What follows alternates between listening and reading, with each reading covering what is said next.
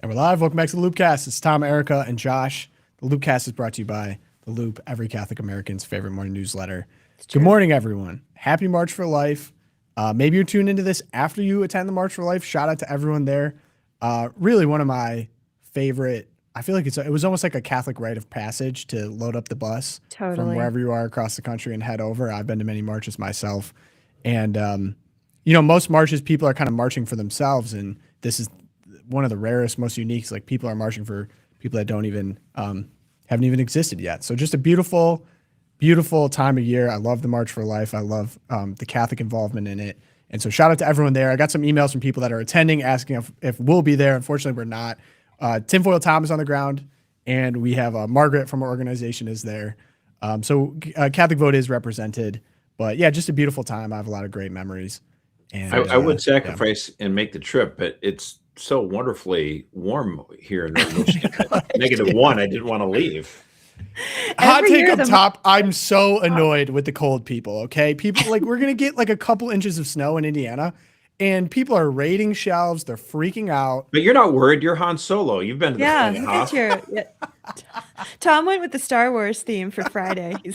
I looked. I swear, I get dressed in the morning. I look down. I'm like, oh, I see myself on the camera. I'm like, oh, people are gonna be for sure. Yeah, I look like so and so or whatever. Yeah, I went with Han Solo today. Hey, if I could do it, I'd try it. But he's ready for the ice storm. What's that creature that Han Solo climbed inside of for the ice storm? That's a good call. A tauntaun, yeah. Thank you, the tauntaun. Thank you, resident nerd on the outside. Yeah, resident nerd on the show. Thank you, Josh. Put in there, not it. That's right. That's not himself. Okay. Okay. All right, that's not what we're here to do. That's not what we're here to do. But we have a great show prepared for you guys today. We're going to be covering 3 things, and I actually want to make sure we've been really getting late on some of these episodes. We got to trim it a little bit because JD Vance is headlining the March for Life. Yeah, Josh. He will be addressing the crowd. So I around then, I'm not sure if he'll be on time. But so we're going to talk March for Life. We're going to talk some moves by the administration, and then this ever-going debate about the pro-life movement. Where are we going? Are we succeeding? Should we be giving? Are we a cheap date? Some people have suggested, but obviously near and dear to our hearts here at Catholic Vote. So we're going to be talking a little bit about that. We have some updates about Minnesota. In particular, I sent Josh a meme. Pam Bondi did something. It was directly after the FBI attacked our There were handcuffs stream. involved. Handcuffs involved. We're going to talk about who got arrested, what they got arrested for, how they're going to be charged. An interesting situation with the boy Don Lemon. So we'll cover that. And then there is something going around with ICE and child. So if you've seen that headline, we're going to address all angles of said headline and then give greater context as we try to do on the show. And then finally, we've got a great email from the inbox, loopcast@catholicvote.org, that we actually want to address on the show. So we'll be talking about that one. We have good news. We have Twilight Zone. We talk USA tennis. It's going to be a great show. Thank you for joining us. Monday, Wednesday, Friday, live, 11 a.m. Easterns when we do it. Welcome everyone in the chat. Stay warm. So let's get into it now. Starting up top, we got an address from Pope Leo to the March for Life. Wait. What? You mentioned Monday, Wednesday, Friday, 11 a.m. But next week, we actually have a bonus LOOPcast live episode on Tuesday. Mm-hmm. And on Tuesday, Tom, Josh, and Erica will be live at 11 a.m. 11 a.m. Eastern. To announce something. And all I can say is it has to do with the fact that I now have an orange loop mug. And Tom has an orange. So stay tuned. Check us out. We're going to be here at 11 a.m. on Tuesday next week as well. It's a very packed week. My orange. I just had to tease that. Yes. Dishwasher. So Josh also has one. It's being sanitized. Basically, if you're excited, if you would like more, if you've ever thought to yourself, I listen to Tom and Josh and Erica 3 times a week, and I somehow want more of Tom, Josh, and Erica, maybe in different formats. It's coming. Tuesday, 11 a.m. It's going to be great. Tune in. All right. I don't know if they Back to the March for Life. I just had to do the deed there. All right. On to March for Life, to all of our fellow compatriots on the ground in D.C. Actually, I shout out, her name's Monique. She actually invited me for a run if I was out in Virginia. Wow. Very sweet of you. Very sweet. You would kill me. I'm not in running shape right now. But very sweet offer. I usually am out in DC for the March for Life. For this year, we got other stuff going on, so it was not. But Pope Leo sent a message to the March for Life participants. Very nice. I believe actually kind of getting back to tradition. I think Pope John Paul II and Benedict always sent a message to the March for Life. I think we got one from Pope Francis, and now we are. Is that correct? One time. Correct. Yeah. So we're getting back into form here. Very nice from Pope Leo. I'll just read up top.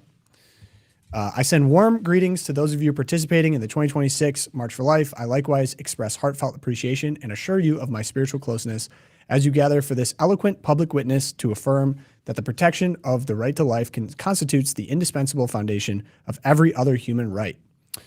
Beautiful. May Jesus, who promised to be with us always, accompany you today as you courageously and peacefully march on behalf of unborn children. By advocating for them, please know that you are fulfilling the Lord's command to serve him in the least of our brothers and sisters. Beautiful. That's from the Vatican. Thank you, Pope Leo. Awesome. So there's a Democratic activist named Chris Jelly Hale who ran for Congress a few years ago out of Tennessee, supports legal abortion, and his whole effort online in the last year with his project called Letters from Leo, his blog page, is to hammer Republicans all the time, day in and day out, and say Pope Leo is awesome and Republicans suck. Yep. And anything opportunity he gets. Oh my gosh, historic! 3 cardinals are rebuking the Trump administration over Greenland. That's unbelievable. And so then Pope Leo writes this wonderful address and message on the March for Life. And here we are, like 24 hours later, crickets from Chris Jelly Hale, who tweets every 10 minutes on stuff. But just like anything from Rome that you can possibly twist. It's like it literally is watching a Democratic strategist just suck the sap out of anything that happens in the Catholic world, and then to position it in a way that is favorable to Democrats that are obviously the most anti-life party maybe of all time. Right. Currently, as it sits. I hope that changes, but that's what we're dealing with right now. That's actually kind of like what we're here to talk about. I mean, so we get a couple really positive. So first off, shout out to everyone on the ground. The speech is coming after all of this is rolling out, so we don't have like a ton of footage to show you on that. But the administration rolled out a few. I'm really happy with. Some, the debate's out about whether it's enough or not. Whatever. I'm just going to read the policy changes and then kind of go from there. So first, we have the Trump administration ends federal funding for aborted fetal tissue research. That's straight from the NIH. And according to a 2019 Congressional Research Service report, most fetal tissue used in NIH-supported studies came from elective abortions rather than miscarriages or stillbirths. So under the new policy, which takes effect immediately, NIH funding will be barred for research using human fetal tissue obtained from elective abortions. The prohibition applies to all NIH-backed work, including internal agency research and external grants and contracts. It overrides previous guidelines that allowed such work under certain conditions. And this is straight from Jay Bhattacharya, the NIH director. The change reflects both ethical concerns and advances in biomedical technology that reduce the need for fetal tissue in research.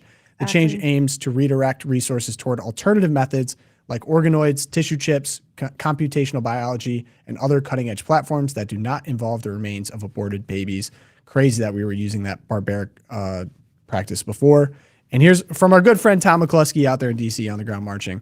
A few years ago, abortion giant Planned Parenthood and their co-conspirators were caught selling baby parts scavenged from abortions. What you might not have known is that the federal government contributed to this atrocity by funding such research. The Trump administration deserves high praise for recognizing every human being deserves dignity, born and unborn, in life and death.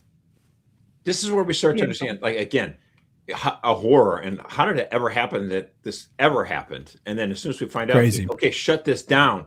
But then you start to understand between this and the daycare center fraud in, Minneapolis with the Somalians, that the Democratic Party looks at your taxpayer money as a fire hose, and they just spray their voters and get as much cash as they can from your wallet to do. It doesn't matter how reprehensible. It's like, hey, should we use taxpayer money to experiment on baby body parts that were from elective abortions? Like, sure. What? Right. That's what they did. But it's just an excuse for them to get money to everyone they care about. Let's get money to Planned Parenthood. Let's get money to Democratic voters, who are Somalians in Minneapolis. It's all to take your money and reward their voters. It's not reward your friends, punish your enemies. It's classic politics. Yeah. Yeah. And massive shout out to pro-life hero here, David Daleiden, whose work exposing this trafficking at the Planned Parenthoods out in California and around the country. Ultimately, I mean, he suffered. I mean, Kamala Harris sent, who went after him? Goons into his home to take all his stuff. And the fact that she is not in the White House right now, and he's up there on the stage and celebrating this change from the NIH. Again, like we stand on the shoulders of giants when it comes to the pro-life movement. So shout out to David. Yeah, he's the man. Okay, next one. Trump's SBA, Small Business Association, launches a review of $88 million in COVID loans to Planned Parenthood. So a little bit technical on this one, but I think kind of explaining what we were dealing with the Biden administration. So the SBA has sent letters to 38 affiliates of Planned Parenthood Federation of America, PPFA, as I'll refer to them going forward, demanding documentation to show they were eligible for loans issued through the PPP program after the outbreak of COVID-19. Essentially, SBA Administrator Kelly Loeffler said the review will examine whether Planned Parenthood affiliates misrepresented their size or their relationship with PPFA to qualify for the loans, which were intended for small businesses with fewer than 500 employees. At the height of the pandemic, affiliates of Planned Parenthood took $88 million in taxpayer dollars to fund their abortion on demand agenda, and the Biden administration made sure they got nearly every cent forgiven, even after the first Trump administration protested. And for those wondering, the loans were given out, and then actually the vast majority of them were just forgiven by the Biden administration. Right. So it was essentially a grant. So let's just stop and think about this for a second. You're using the technical levers of the government, in this case, the Small Business Association, which the PPP program just rife with fraud. I mean, it was actually one of the, I believe, inspirations for DOJ. It was unbelievable how much fraud was happening. And so they just looked at that, and they're going to check now if these Planned Parenthoods, because they're obviously a part of a much larger association. I believe PPFA is like 12,000 employees. They're misrepresenting that they were a small business so they could get this money. And then before anyone could even look into it, Biden was just like, okay, we'll forgive that loan. Let's move on. And so it's a grant. What was given to them was a grant. It was basically like, here you go. We like what you do. Here's money. We're going to forgive it. Bang. That's what we're moving on. So now we're looking back and trying to see if, okay, were you committing fraud in this case? And if so, we're going to punish the fraud. I mean, it's very straightforward. Again, can't believe this wasn't done before, but it really gives you a good picture of what we were dealing with over the Biden administration. It was like any possible way we could funnel money to kill children. We're going to do it. Find that way. Crazy. Well, and again, that is egregious. And it just speaks to the fact that, again, the Democratic Party under the Biden administration did criminal acts day in and day out, 6 weeks to Sunday. I'm aghast at it. I always said that Woodrow Wilson was the worst president of the United States. But I mean, Joe Biden really, I mean, it's insane, just the tally of stuff. And all of it is just completely indefensible. And, the guy Joe Biden should have been impeached and convicted and removed from office for just what he did on the southern border. But it's like, if that were the only thing, there's like hundreds more every time you turn. You're like it would be like if an alien force from another planet came in and they said they want to kill you, like making him the leader would that have been any worse? Like it's insane. Like what? Yeah.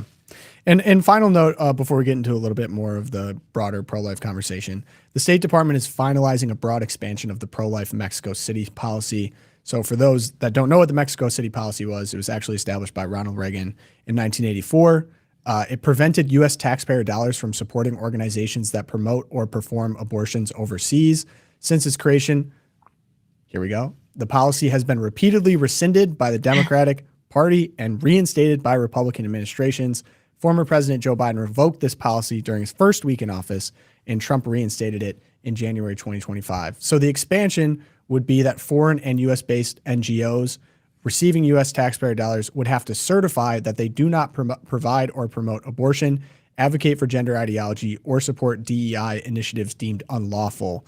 The updated policy would apply to all non-military U.S. foreign assistance, totaling more than $30 billion annually. NGOs, for those listening, are non-governmental organizations. So Planned Parenthood International, whatever, all these different aid groups. I mean, Planned Parenthood is not an aid group. They just kill babies. But other organizations, you have to make sure that they're not doing that. And I think, I know you said DEI. Do you say gender surgery stuff too? Yeah. That's awesome. Gender identity.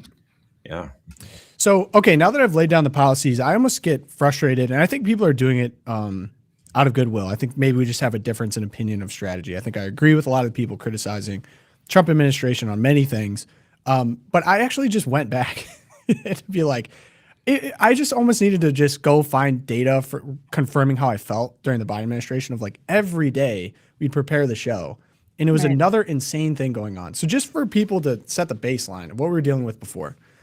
So he rescinded the Mexico City policy, this global gag rule. So he issued a presidential memorandum revoking the policy, barred U.S. foreign aid to organizations to provide or promote abortions abroad. This restored funding to these international NGOs focused on reproductive health. So we're talking about a lot of these NGOs, their entire function was actually just, what would they call it? Like population control. I mean, it essentially was sterilizing people abroad, which is insane. But that was the status, and all of our tax money was going. I mean, Denmark even did it for people in Greenland. Yes, saw that. He reversed Title 10 family funding planning rules. We talked about this in the show many times, but Title 10 funded clinics. They refer patients for abortions or co-locating with abortion providers. This aim to restore access to what they call comprehensive family planning services. Again, this is just so that there can be more abortions. Right. He restored funding to the United Nations Population Fund. I mean, talk about dystopian, but their entire program, again, a global reproductive health program, as they called it, it was sterilizing people all over the world. Maybe mixed in with some things so that you can kind of defend it, but most of it was focused on contraception, abortion, etc. The one that really stuck out to me was this Executive Order 14076. This is protecting access to reproductive health care services. This was right after the Dobbs decision. Again, who gets credit for that? Trump administration. Trump himself actually issued post-Dobbs to safeguard access, abortion, contraception, and emergency care. It established an interagency task force on reproductive healthcare access. Again, what is that? It's how can we get as much abortion as possible, literally coordinating across government agencies, directed the health and HHS to protect medication abortion and patient privacy, and promoted public education, quote unquote, on reproductive rights. And then you get securing access to reproductive and other healthcare services. Again, this built on top of another executive order.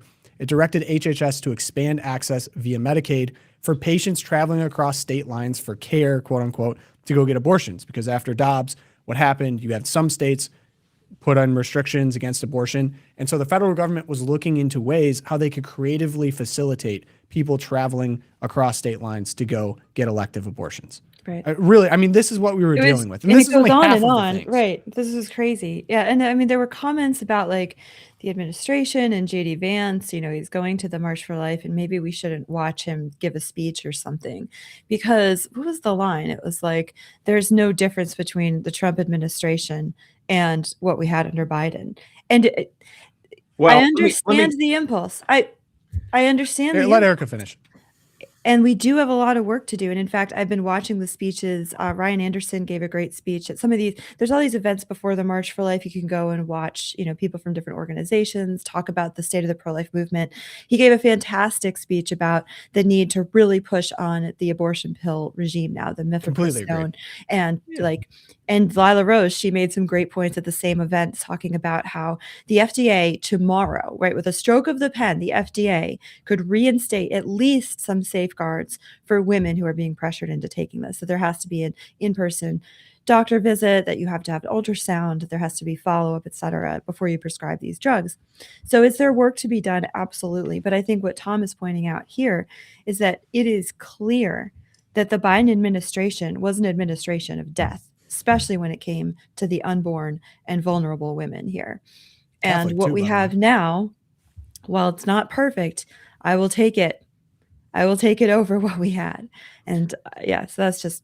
So I mean, the critiques of Vance. I mean, like, so Alexandra DeSanctis, I forgot her. Mar, which Mar. I have to say on the record, like, I really like her. I like her personally. I actually know her. I agree with her on many things. But basically, if I could summarize and ask you, Josh, people are saying the pro-life movement should not act like a cheap date, because the next frontier is medication abortions, which the Trump administration has not done enough to move the needle on. Therefore, by having JD Vance headline the March for Life, it's almost like you haven't done enough. And so we're just saying we'll take table scraps like some of these changes that they've rolled out this week. And we shouldn't accept that. We should demand higher. And then some have gone so far to say you can't call yourself the most pro-life administration in history because you haven't done anything for us lately, is essentially I think at least how I read it. I can only say how I've read what's been going on online. So, Josh, how would you answer people like Alexandra and other people who, again, I like a lot of these people. How would you answer that critique?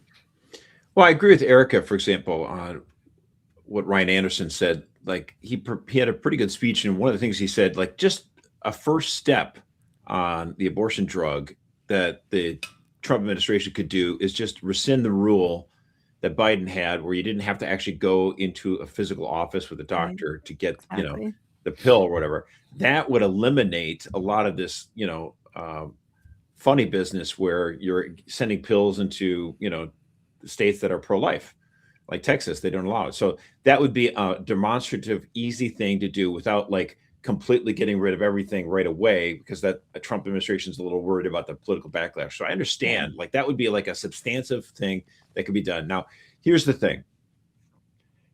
I don't think I guess I just wish everyone would take each other a little bit more respectfully on this. Like, to me, I don't see a lot of pro-lifers who are in the camp of Trump can do no wrong and I love everything about him, and on this issue he's immaculate.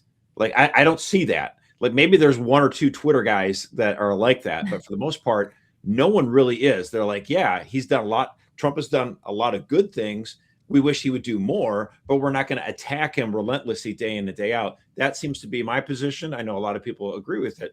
And so, when Alexandra says, well, maybe you shouldn't have invited, JD Vance to the March for Life. My thought is, I mean, I understand it, but think of it from this perspective. The March for Life has invited even Democrats. They invited Bill Clinton. They invited Barack Obama. They want to bring people to their event.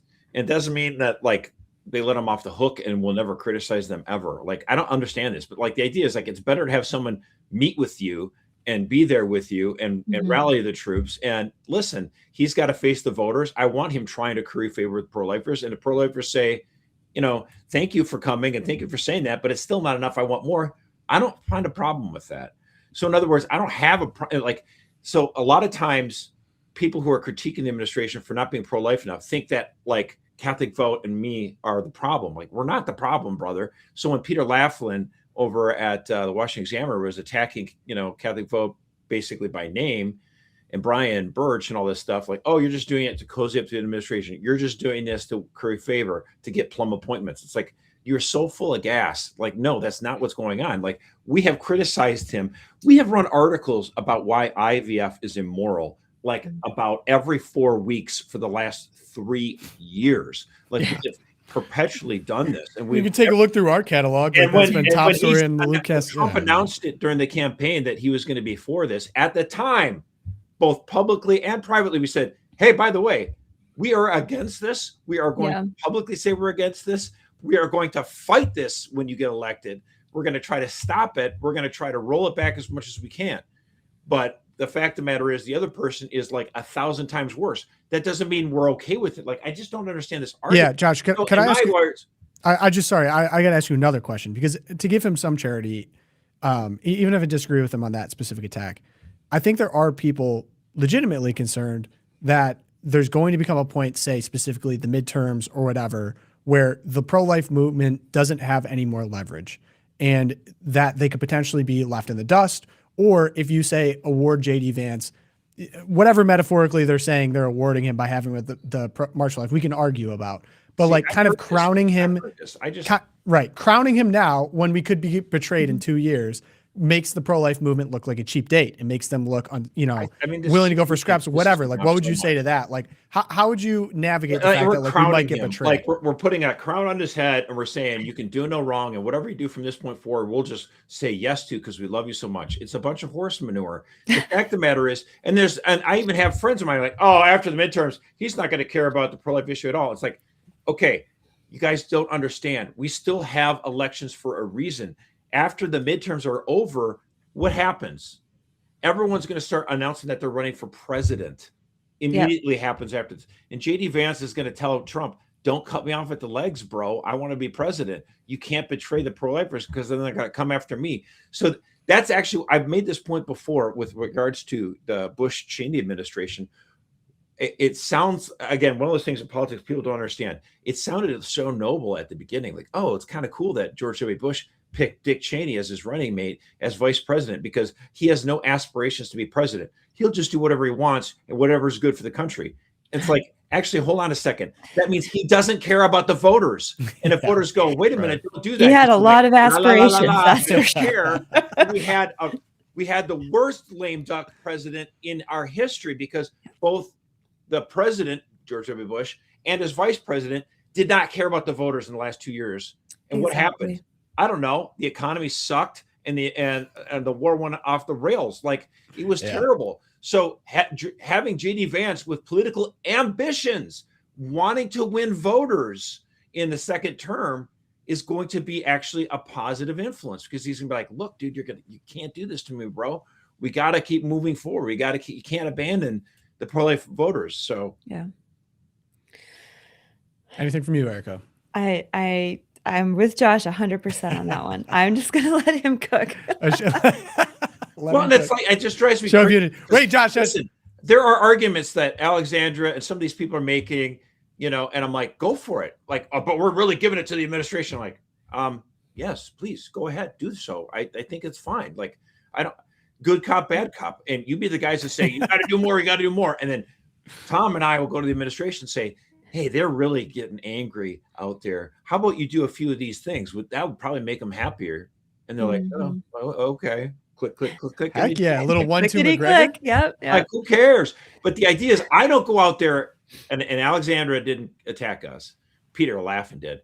I don't go attack Peter if he's got a different philosophy. Go for it, brother. Go for it. But if you come at me, well, I'm gonna strike. Best not miss. That's what they say. That's right. Awesome. Okay, got to keep it tight today. Let's go on now to Minnesota. We have some updates. There are cuffs involved. Erica, take me through it. All right, we have mugshots too. So we actually have had now 3 arrests this week. So Pam Bondi did something. And we arrested 3 of the rioters who entered the church in Minneapolis last Sunday. So we had the arrest, the one that you see on the screen there, that's Nikema, the leader of the pack. Can we actually go to Chantil? So we have, this is Chantil Louisa Allen, and then we also have the man William Kelly, you'll see on the screen there. William Kelly, by the way, is a pro. I mean, I think he's from Arizona. What's going on here? He was in front of Heritage for most of the last, basically since Project 2025 dropped. So he's been outside of Heritage shouting filth, and now he went over to Minneapolis to shout more filth. I tried to find a clip of him that did not have the F-bomb. I found one, so you could just play that. There's actually one. Yeah, well, all 3 of these people have been involved in a long time. I mean, Nikema Levy Armstrong, same deal. Like, she was an BLM activist. So yeah, so here we have Fred Hampton. So Pam Bondi, you want to come and arrest me? You want to come and give me charges? So be it. And for all the people giving me death threats, threatening my life, kill me. Go ahead, kill me. Because you know what? As Fred Hampton said, you can kill the revolutionary, but you can't kill the revolution. I mean, that's sort of a flavor. No, we don't want you dead, bro. We just want you behind bars. Yeah, we just want you behind yelling bars. at children in church. Yeah. So they have been charged under the FACE Act. They are being charged with conspiracy. Chantil and William Kelly are being charged with conspiracy to deprive rights, which is a federal crime.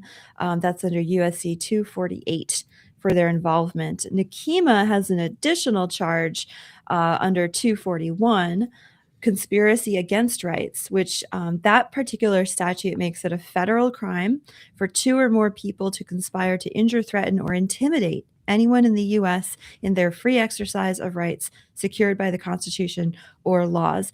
And isn't that the Klan Act? That I believe it is. Actually, I didn't go look. Is that one the Klan Act? I think it is. I think it's the Klan Act. And the FACE Act. I love it. So it's a key. It was famously used in cases like the Mississippi burning murders, and it doesn't require an overt act to be committed, just an agreement to conspire to violate the rights. So they are now out on bail. The judge let them out on bail. We're not determined to be flight risks. But yeah, they are looking. Pam Bondi says they're going to go for prison time, as did J.D. Vance in his speech in Minnesota yesterday, calling for prison time for these people, which is absolutely what should happen. Now, The belle of the ball, who we actually, I'm glad that these people were arrested at a minimum. Yes. To say credit to the administration for the man calling himself the chronicler of the situation, Don Lemon. Sure. So the DOJ sought similar charges against Don Lemon for conspiracy to interfere with religious exercise. So he was actually going to be charged with the same statute, the Ku Klux Klan Act there, as Nekima. But U.S. Magistrate Judge Douglas L. Miko rejected it and said he found no probable cause since Don Lemon's role seemed to be, quote, purely reportorial. He was just there as a reporter. You can watch the footage and determine for yourself if he was there just as a reporter. Yeah, let's have a trial. That's right. Sure, that exactly. Good. Yeah, right. A little bit of shady. I mean, I honestly believe that. Well, it'd be so easy to see cooperation too if they subpoena his texts. Exactly. So emails, texts. Let's get some subpoenas going. Find some probable cause.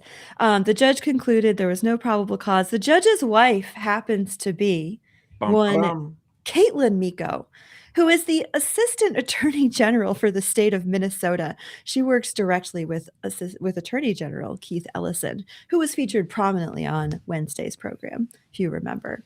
Erica, can I ask? Yes, sir. Please, Tom. Has there been any instance, let's just do a generous range, in the last 100 years where a magistrate judge has not signed off when the federal government wanted to go after someone like this?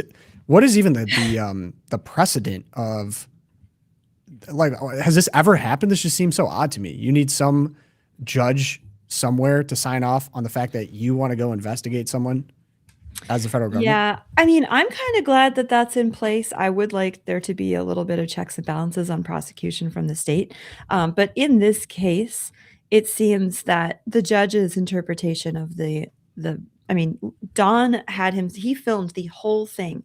You can watch over an hour of footage of him before the invasion of the church, during, and then after the invasion of the church, chasing parishioners around the parking lot, telling them that they were wrong and that they should have been more friendly with these protesters. It's anything but reporting. The judge interpreted that as not probable cause. He was just there chronicling. So, precedent. Is there some funny business going on? Probably. The judge is probably influenced by the fact that his wife works directly with Keith Ellison.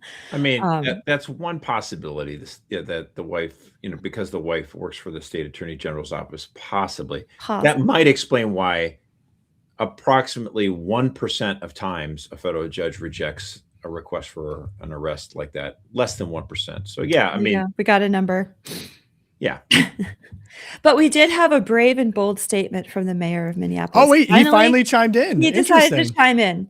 And he is there to defend the good people of Minneapolis. So glad we're finally getting his thoughts on chasing peaceful churchgoers out of their church. Invading Christians in the act of worshiping Jesus. He said, this is a gross abuse of power. But he's not going after the protesters. No. The federal government is picking and choosing who to investigate, going after protesters and not the person who shot and killed one of our neighbors. I am calling for Nekima to be released immediately. He had nothing to say about the fact that peaceful Christians were worshiping and they were totally invaded and intimidated. Children were crying. No, he's standing up for Nekima. Awesome. Interestingly, too, there is an ongoing investigation into the shooting of Renee Good. It's just being conducted by... Well, that's inconvenient. I know. That is totally an inconvenient truth, as we might like to say. So other good news with Minnesota, Trump sent in the JD. He sent in JD Vance, who flew over there and met with local officials, law enforcement, community leaders, but probably not Nekima because she was in jail, before delivering public remarks urging state and city leaders to, quote, lower the temperature and cooperate with ICE. Lower the temperature. It's already -10 in Minneapolis. -10. He got off the plane. He's like, I thought the president sent me to Greenland, Should we roll a clip? Yeah, let's do a clip. This was a great speech. United States of America, and you don't see the same level of chaos in Minneapolis, the natural conclusion is that it's not what ICE is doing in Minneapolis, it's what Minneapolis authorities are doing to prevent ICE from doing their jobs. And that's exactly what's happening. So let me give you just a couple of very real-world examples of some of the problems that we face. So let's say you have a sex offender. We've arrested a number of sex offender illegal aliens in Minneapolis just in the last couple of months. But that person, because they're an illegal alien, we don't know where they live. We don't know their address.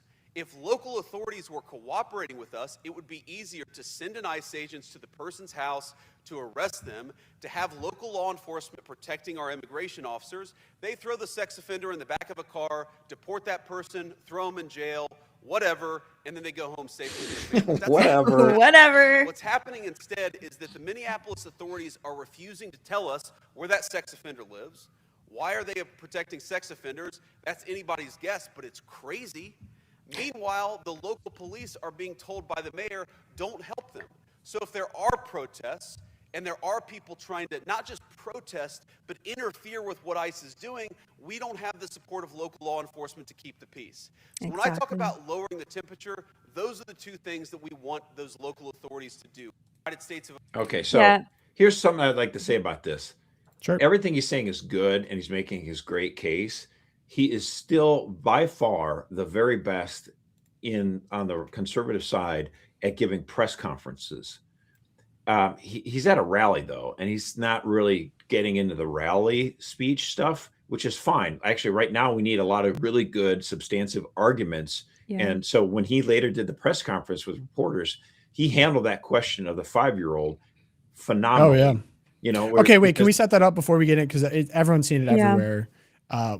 Erica, could you give us some background on? Well, I was just going to say 2 seconds before that. Sure. But when he gets to becoming running for president, he's going to have to work on rally kind of stuff, or maybe just campaign in a different manner. Not that he's going to campaign the same way as Trump, but I'm just happy that he's got the substance. That's not the question. Yeah. Certainly. Yeah. Okay, what's going on? Okay, so the 5-year-old child. So this photograph has been making the rounds all over. It totally blew up. And the line from the Washington Post is, ICE detains 4 children, one of them 5 years old. And you have this adorable little kid with his school backpack, 5-year-old boy, little bunny hat on, and it looking like nervous in the snow. And your mother's heart just breaks looking at this photograph of the child. And the line is, ICE arrests a 5-year-old. And J.D. Vance, like you said, Josh, he addressed this really, really well when the reporter threw it at him at the press conference. So what actually happened here? So on January 20th, ICE conducted a targeted operation to arrest one Adrian Alexander Conejo Arias, who's an illegal alien from Ecuador, who had been released into the United States by the Biden administration. But the family story is that he had used the CBP One app, which you remember the Biden administration made it easier for people to just claim asylum and then be released immediately into the country as long as they logged in on this app. So he'd used that in 2023, I believe, to come across with his son, who at the time was 2 or 3 years old. He's on the app. So as agents, in the midst of this arrest, the agents approached Adrian, who then fled on foot, leaving his 5-year-old in the snow in the freezing sub-zero temperatures. Some of the ICE officers ran after the father and apprehended him. One of the ICE officers remained with the child in the snow so that he wasn't left alone on a sidewalk. And then when you can see footage of them bringing the child to the vehicle in which the father has already been detained. So they're actually in that photo of the child there with the thing on, he's getting into a car and his dad's in the car. That's actually not the whole story too. Continue. They attempted to, the alleged mother of the child was in the house. Right. And they don't know, because again, it gets back to what J.D. Vance said. They don't know anything because the local authorities aren't cooperating. The alleged mother was in the house. They tried to bring the child to the alleged mother and say, stay with her, take custody of the child. And she refused. She refused to take the child. And so she refused to take the child. And so now ICE has a child. And, the concern was the child. Obviously, it's a 5-year-old out in the snow. Right. It's kind of crazy that you would think that wouldn't be anything but the priority. And it was. So, who knows what the situation was, whether that's his mother, whether that's a girlfriend, something, no one knows. So many things going on here. Of course, she could be scared. She could be whatever. Who knows why she's in this position. But again, the assertion that somehow ICE is just snatching up kids and Democratic. Should we go back to the coyote situation at the border? Like, I don't know.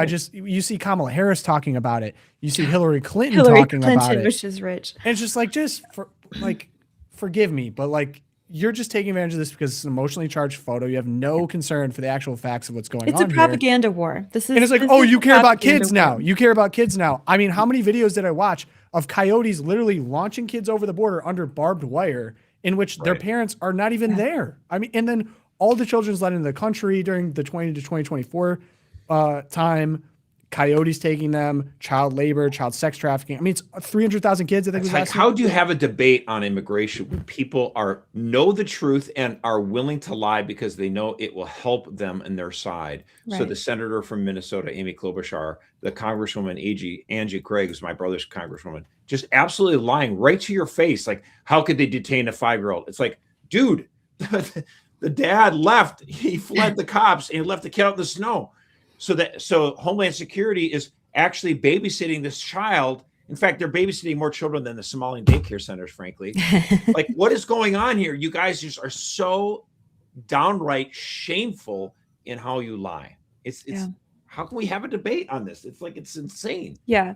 And I think JD Vance did a great job in his response because he corrected, he said he acknowledged the viral photo. He acknowledged the feelings that it evoked. He said, look, I have a 5-year-old son as well. And it broke my heart to see that. And I was like, how could we do this?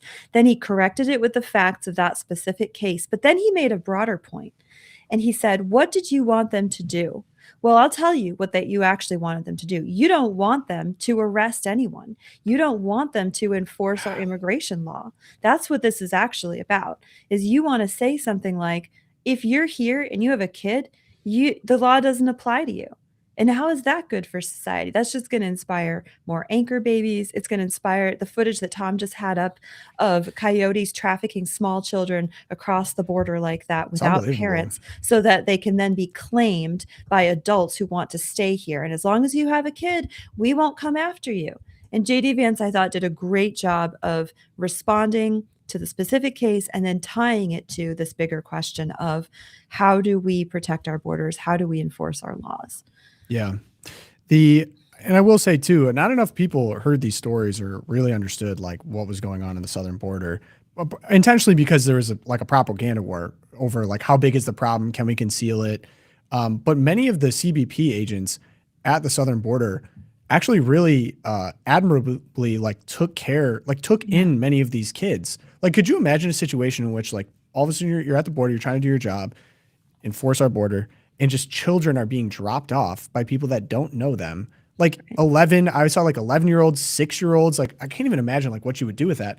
And they were taking them in, trying to protect them, trying to house them, trying to feed them. And like the position that they were intentionally put in by our politicians that refused to enforce the law and actually encouraged people, paid money through NGOs to get people to come in a mad dash to our border in a disorderly way that encouraged, of course, all of this abuse it's like, first off, the CBP agents really deserve a lot of praise, let alone being attacked. And then in this case, the ICE agents who are trying to take care of a child in the cold, deserve some praise too, I think. And people would say like, oh, well, you shouldn't have been in that position because they chased the guy away and the guy ran while he was being chased. Well, again, what do you expect people to do? And then it always gets back to that Ross interview. Like, if you want to talk to someone about this, the first place to start is like, okay, is there any limiting principle on immigration enforcement? Yes or no? Either yes, there is some limiting principle, and then like, let's agree on where that is.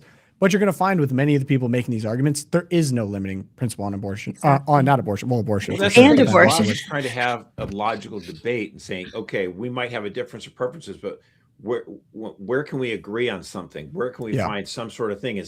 And I'm just saying, we're in a period of rampant irrationality on the left. Mm-hmm. Like, why would they have any incentive to actually use non-contradiction principles, logic, and that kind of stuff? They have $1 billion propaganda industry behind them and supporting everything that they do. And so they have no incentive. Like, and that's what I'm saying. Like, I'm glad, honestly, you can make the case that Donald Trump's election was a game changer saver for the Republic, and I don't doubt that. But Elon Musk acquiring X so that we can actually get information out there, well, I still call it Twitter, it was also a game changer. And it's like, like Mike Liddell, the pillow guy, he's thinking about running for governor of Minnesota. Dude, do me a favor, brother. Let Lisa DeMuth run for governor, okay? Why don't you buy the Star Tribune? Like, all these media outlets come up for sale, like, buy it. And so, like, just stop it with this propaganda stuff. Like, we got to fight back. We need more voices in media. That's why, for example, the Loop is fighting back. I mean, 500,000 people get this email every day. They thank us so much for it because they're like, I'm so sick and tired of getting my news and information, all the basic facts, completely filtered to support the Democratic Party agenda. Like, no, like, and we'll call it like it is. I mean, like, if it was, sometimes ICE makes a mistake. Like on the last episode, we talked about that fella who was a U.S. citizen that was brought in and detained. And we said, yeah, that was a mistake. And guess what? ICE said it was a mistake too. Yeah. Like, I mean, it's like, if these things happen, but they're at a 99% success rate. So thank you very much. I'm very proud of ICE and the job that they've done. Yes. And then, okay, for my good news, I will keep it quick. Unsurprisingly, we were completely correct about Greenland. I don't know why people don't understand how Trump works at this point, but here's the truth. Based upon a very productive meeting that I had with the Secretary General of NATO, Mark Rutte, we have formed the framework of a future deal with respect to Greenland and, in fact, the entire Arctic region. This solution, if consummated, funny word there, will be a great one for the United States of America and all NATO nations. Based upon this understanding, I will not be imposing tariffs that were scheduled to go in effect on February 1st. Additional discussions are being held concerning the Golden Dome as pertains to Greenland. Further information will be made available as discussions progress. VP J.D. Vance, Secretary of State Marco Rubio, Special Envoy Steve Witkoff, and various others as needed will be responsible for the negotiations. They report directly to me. Thank you for this attention to this matter. Seriously, I'm like, we could have saved an entire outrage cycle over the news and hysterical productions. Like, this is so obvious that this is what was going to happen. It just popped the balloon and everyone like moved on to the next thing that they're going to be outraged about this morning. Because they're like, oh, well, that was a big fat nothing. Let's pat ourselves on the back. Great job. The second thing I will do for my good news, it's good news. I have an abundance of humility. I'm a big man. I can, acknowledge when I was incorrect. I thought I was going to get flack for different opinions that I had on the podcast. What people were most upset about, and rightfully so, the LSU Tigers were the last undefeated college team to win a national championship. The stat that I was intending to read was that Indiana University is the first college football program to win 16 games, 16-0. The last 16-0 college team was the Yale Bulldogs in 1894. That's what I meant. I got accusations of not knowing ball for that. It's possible that that's true. I just have to set the record straight. I was wrong. Congratulations to the last one. Go Tigers. Whatever I got to say. 15-0? That was beautiful, Tom. I believe they're 15-0, yeah, because they added the extra game now, so it's 16-0. So that's what I got to say. Good news now. Erica, what do you got? Okay, continuing the sports theme here. We have the Brisbane International Tennis Tournament. I don't know what it's called, tennis match. But anyway, we had some amazing American players show up in Brisbane, Australia to paddle the ball back and forth or whatever they do. And this one in particular was she was sat down. They have the reporters. They're all asking them questions about their game and their training and their aspirations. And one reporter asked tennis star Amanda Anisimova, not about her tennis, but how do you feel playing under the American flag right now? Just got to run the clip on this one. He should have known that Ova at the end of the name was not going to get him the response he hoped for. Yeah, turns out her parents fled Soviet Russia. So, let's see what Amanda has to say. Hey, Amanda. Congratulations on the win. I've been asking a lot of the American players just how it feels to play under the American flag right now, and I'm curious how you feel. Yeah, I mean, I was born in America, so I'm always proud to represent my country. And a lot of us are doing really well, and it's great to see a lot of, great athletes on the women's side, on the men's side. So, I feel like we're all doing a great job representing ourselves. And sorry, do you mind if I follow up? Sure. Sorry, just to clarify a little, I mean, sort of in the context of the last year of everything that's been happening in the U.S., does that complicate that feeling at all? What? I don't think that's relevant. Amanda, we'll play. Yeah, it was major, like, Sydney Sweeney vibes there. Was that John Hammond? I just want to freaking. Like, I never think of you. It's just it makes me so mad. First off, the guy's not even American; he's Canadian. Yeah, this is Canadian journalist Owen Lewis, who basically spends every tennis tournament running around asking all the American players if they hate Donald Trump, and questions like, "Are you really proud of the American flag you're wearing?" And they're like, "Yeah," but this is his job, and he's Canadian. It's so perfect. Can this be my Twilight Zone too? Because man, he asked the same question to every American athlete, and and even for the ones that I know that I don't agree with, they did a good job. Like they didn't even totally take the bait. They were kind of like, well, we're kind of in the middle of a tennis tournament. I've made my views clear. Like, why are we? Man, this is a Wendy's. This guy's relatable here. The boy Tyler. Yeah, go for it. Here's. Hi Taylor. Congrats on the win. You know, I'm asking all the American players this, and there's a lot happening back home in the U.S. and kind of has been for a lot of the last year, and I'm just kind of wondering how you're feeling about all of it. I mean, I'm not sure what we're like specifically talking about, but there is a lot going on in the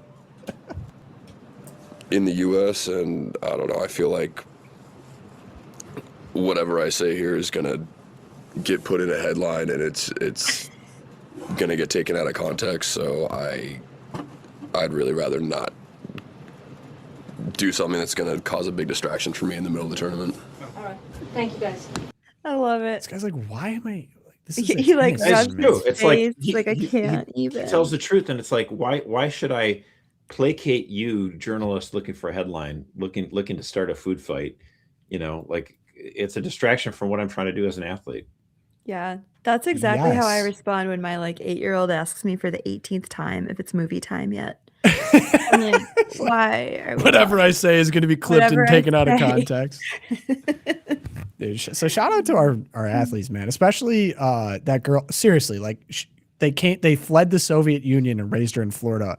I don't think you're barking up the wrong tree, buddy. Like, I never understand this. We're going to get the Olympics. It said something to him like, "Yeah, I'm happy not to be in a communist hellhole like you seem to want to put me in." Seriously, what the hell? But the Olympics are coming up. The Winter Olympics are coming up, and I already saw something hilarious. It was like Winter Olympics walkouts, and it was like the United States. Everyone show yay, and then Greenland walked out, and it's like instead of Greenland, it said the United States of America over that one too. It's like yay. It's like then Canada walked out, and Canada was America too. It's like yay.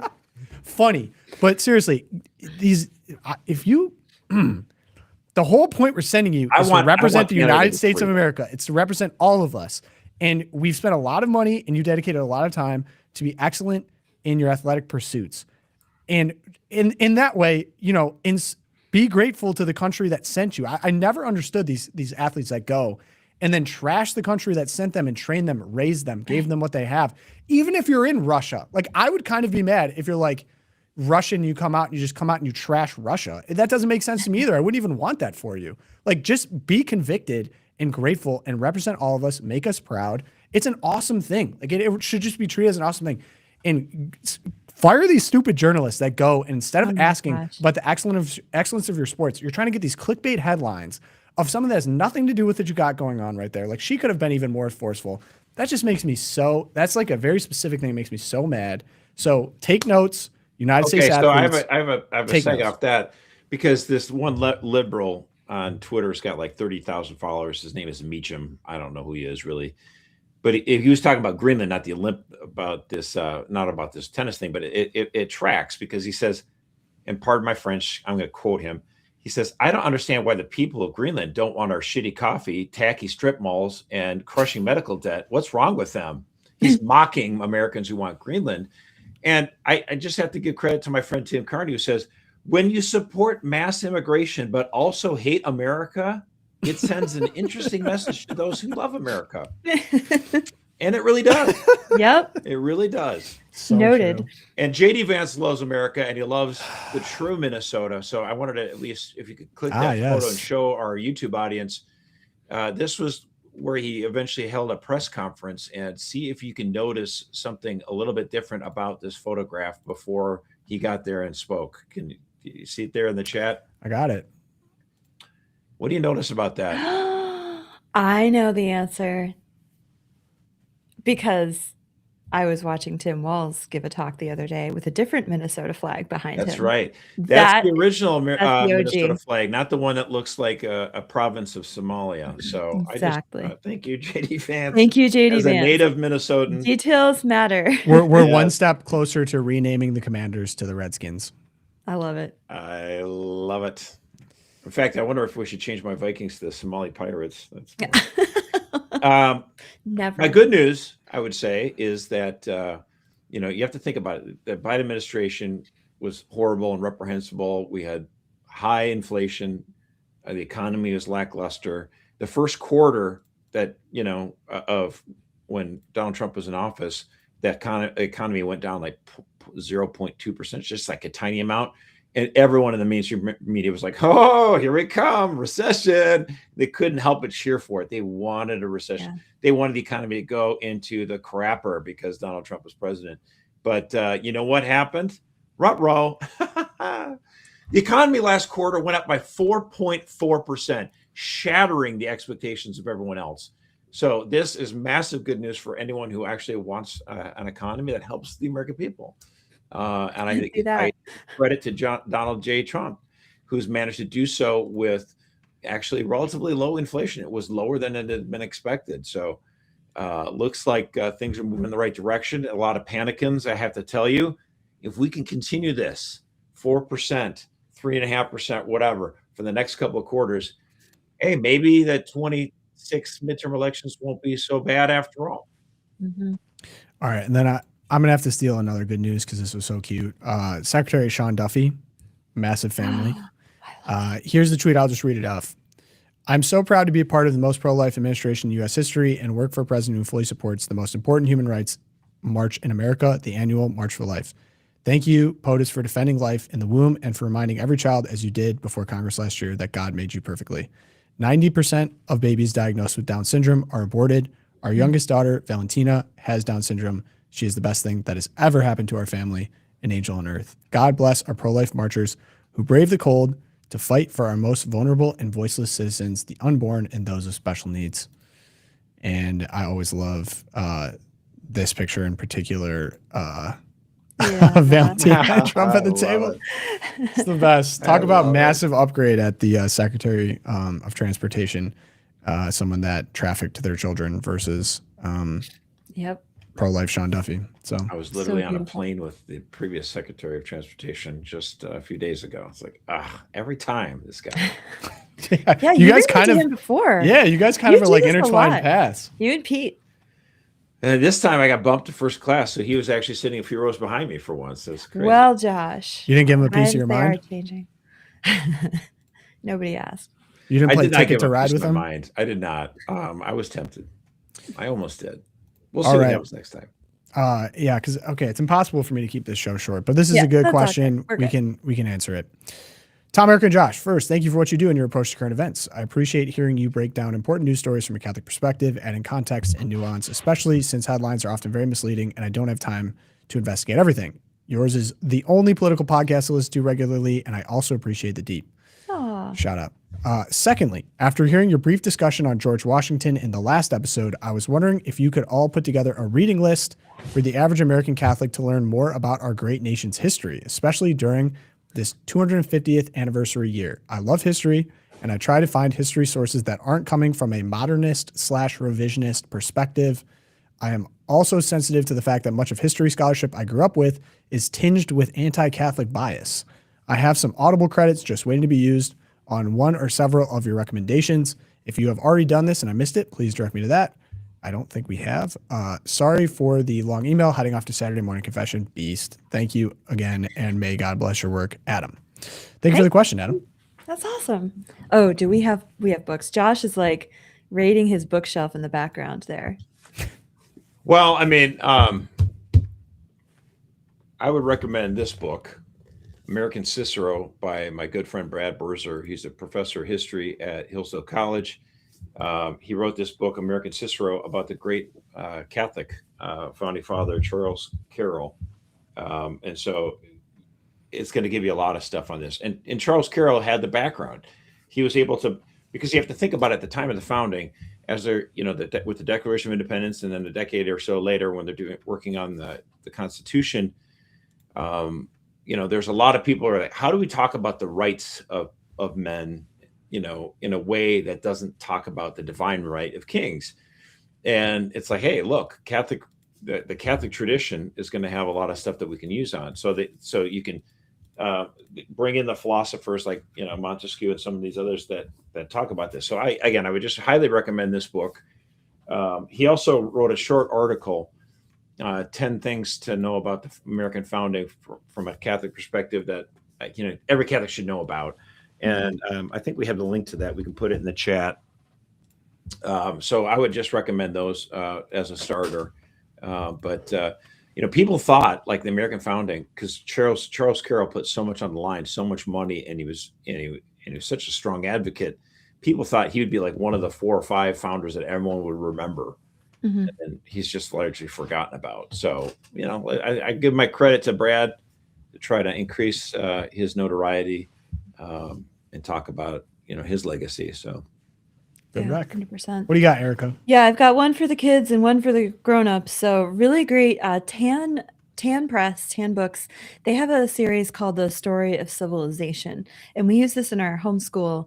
But we also just listen to the CDs for fun. So it's a series of audio CDs, and a guy named Philip Campbell. They're probably geared towards middle school age, but honestly, like the older kids listen as well. I enjoy listening to them. But they have one unit that's all on American history, and it's from a Catholic perspective. So that's really great. Good audio. You can just like play it in the car, and if you have kids around, really, really great for them as well. It's a mix of lecture and dramatization. It's a little radio show kind of action going on. Highly recommend Story of Civilization. And then if you want to go back to like the colonial era, there is a great book called Continental Ambitions, the Catholic Colonial Experience, Roman Catholics in North America. So this is by a man named Kevin Starr. And it goes through the 3 major Catholic influences on our continent. So he actually talks about the Spanish Empire, the French, and recusant England. And so all of those Catholic threads that really were what brought us to, 2 Catholic threads and 1 non-Catholic thread that really brought us up to the founding of the United States of America. So it's pretty fast-paced, pretty painful to read, but highly recommend Continental Ambitions, Roman Catholics. Wait, why would you say painful? America. I mean, history is painful time. Perfect. We don't always acquit ourselves quite so well on the stage of history. Oh, painful is it? I thought you were saying painful as in it's going to be like a dense read. Oh, no. You're saying painful as in there was mistakes made along the way. Yeah, it takes a lot of humility to read. Wait, we weren't perfect? Shocker. Headline. Breaking news. Human nature, brutal. What everyone should just have. Yeah. In Catholic Daily. Okay, can I set this up? The American Catholic Daily Reader, I've personally read, fantastic. And what I especially appreciate about it, well, first off, it was written by Brian Birch. But then what I especially appreciate about it is Emily Stimson Chapman. And Emily Stimson Chapman. It puts you on to, I actually genuinely did not know. So it's daily. And it's like it's a short, I believe it's only like a page or a couple pages. Yeah, one page, each. 3 days a page. It's exactly perfect for breastfeeding. Can I just say that? It's a great, you can read it daily, but then if there's one thing in it that really piques your interest, then you can go on and be like, okay, I really want to get in depth on this specific part of like the Catholic influence on America. And then you can go do the research. So I feel like I had that experience. It was like, oh, dang, I picked out a couple pages where it's like, didn't even know this was a thing. Let's go on and find some stuff. So, yeah. So like today, January 23rd, it talks about Georgetown University and the legacy of that. Now, of course, the legacy lately has been not so great. Yeah. And then, they had the best intentions. February 3rd is for Chaplain's Day. It's a great story. That's one of my favorites. Which is also on the eve of the nativity of the Oracle. So that's kind of cool. There you go. So anyway, if you become a member of Catholic Vote, we can get you this American Catholic Daily Reader. Become a champion. Give $10 a month, and we'll send you the book for free. I mean, this is awesome. So what more can you ask for? And I like the fact that, Tom, you said a lot of history. Yep. 1 page a day, you can do it. Mm-hmm. And you feel like you know more about the country. It's like you read it. More. I get to hold on to a little nugget, and then I get to pull out that nugget to impress my friends. to make them think that I know more about history than I probably do. So selfishly. Oh, your humility is showing again, Todd. It's just really overflowing in today's episode. Highly recommended by this part-time high school teacher. Ooh. You teach high school? I do. Are you serious? Yes. What do you teach? History? I teach history. No way. Are you serious? Yes. You actually do? That? I do. I teach one class. I mean, obviously, I'm pretty darn busy with Catholic votes, so I can't do more than one class. But I love it. I've done this podcast with you for years now. I do not. How long have you been doing this? Is this a recent? Just since August. Okay, there you go. Okay, you're gonna make me feel bad for a second. Okay, that's sick. I would sign up for the Josh Mercer history course. Well, and if you can't, you get the Daily Reader, and you sign up for like Constitution 101 with Hillsdale. There's things you can do to up your game here. All right, there you go. Okay, Twilight Zone now. Josh, what do you got? All right, well, hold on. I just had to put all my books down here now. Where are we at here? Hold on, kids. Very okay, so all about this stuff in Minnesota. The congresswoman from Minneapolis, Ilhan Omar, smugly talked this week about how much she cherishes the United States Constitution. And here's her tweet. You ready for this? Yep. And she's talking about this. She says, I know the Constitution doesn't mean much to some people, but it does to me and so many others. If you allow this to stand and don't fight against it, you will be complicit when it's used against you. And she's referring to immigration officers who couldn't enter a home without a judge's warrant. So, I mean, what a patriot, huh? She sounds like she loves the Constitution so much. Yep. Oh, wow. If only, she maybe deleted her entire social media account before she posted a tweet like that, because, of course, what did she say back in 2019 about Columbus Day? Yep. She said, to say other colonists discovered this country is also false.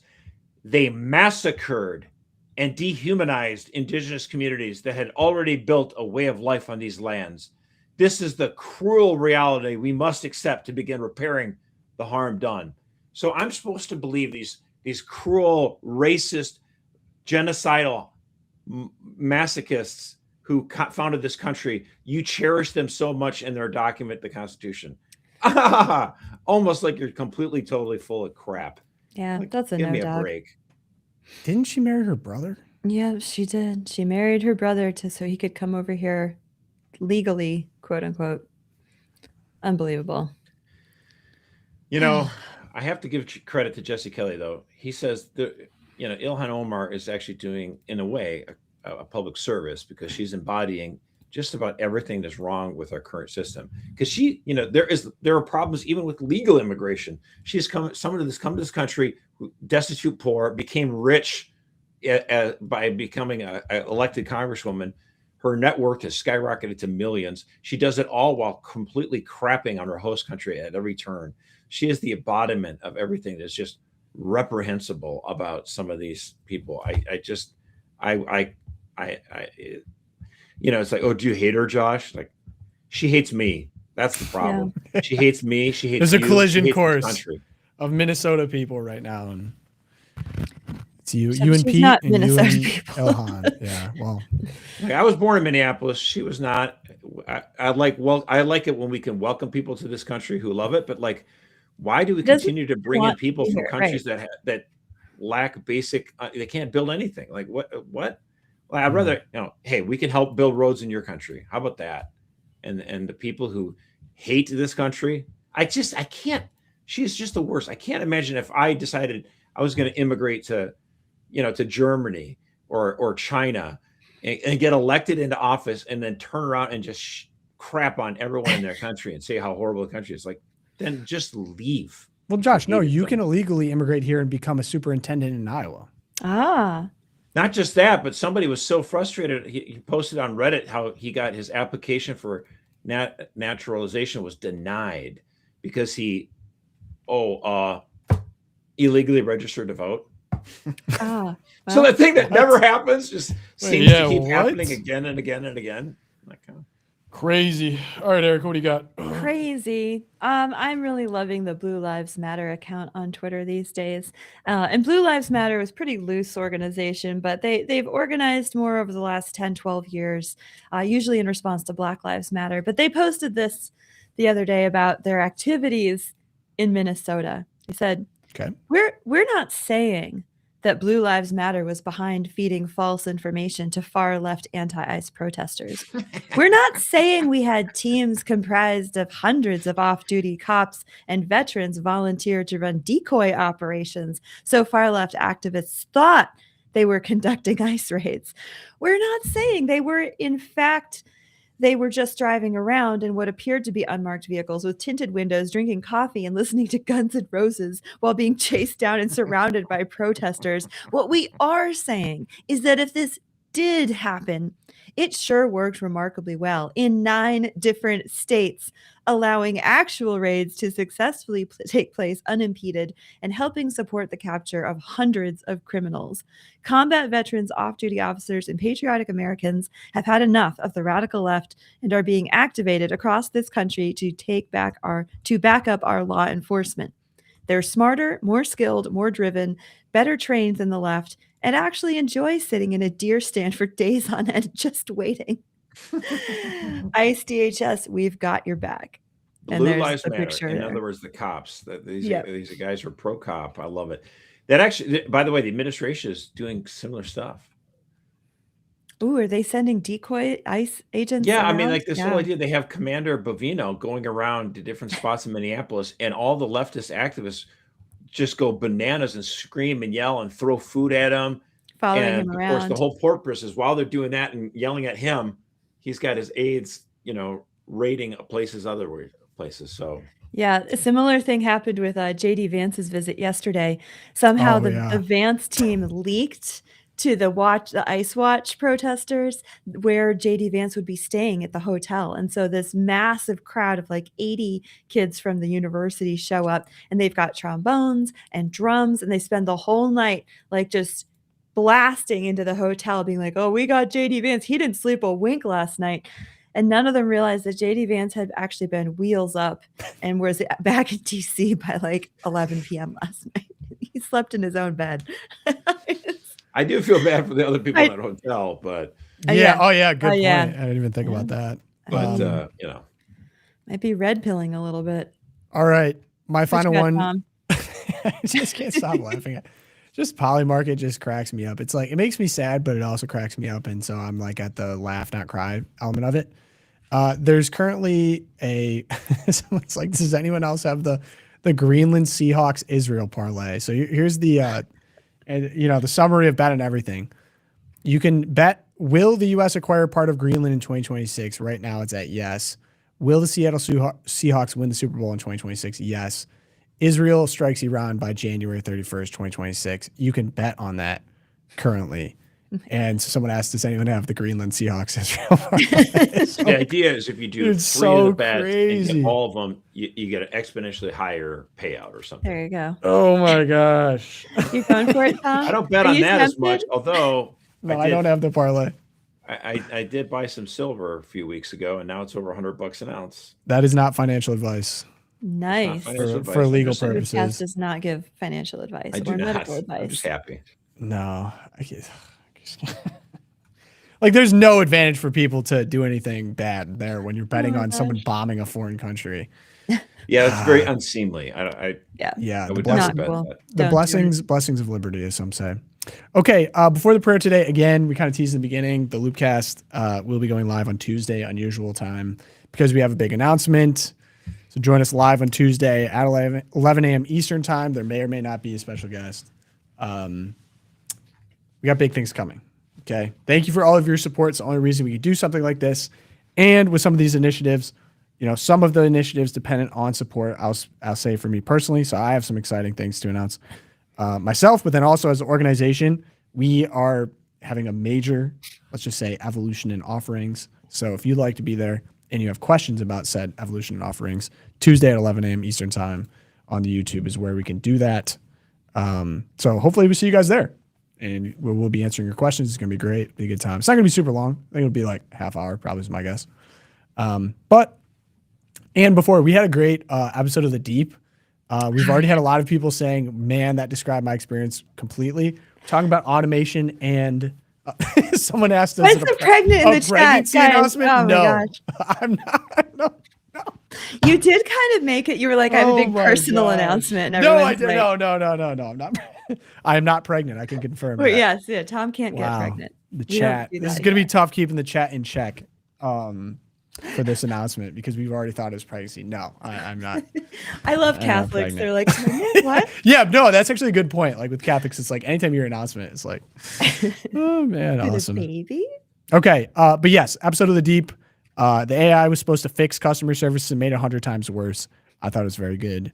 Go check it out. That was a fun one to work on. Shout out to Simon who edited that. Okay, we end in daily prayer, and God bless everyone at the march. We're with you guys. We're praying for you guys. Awesome. So, and prayer to St. Joseph, and the Father, Son, Holy Spirit. Amen.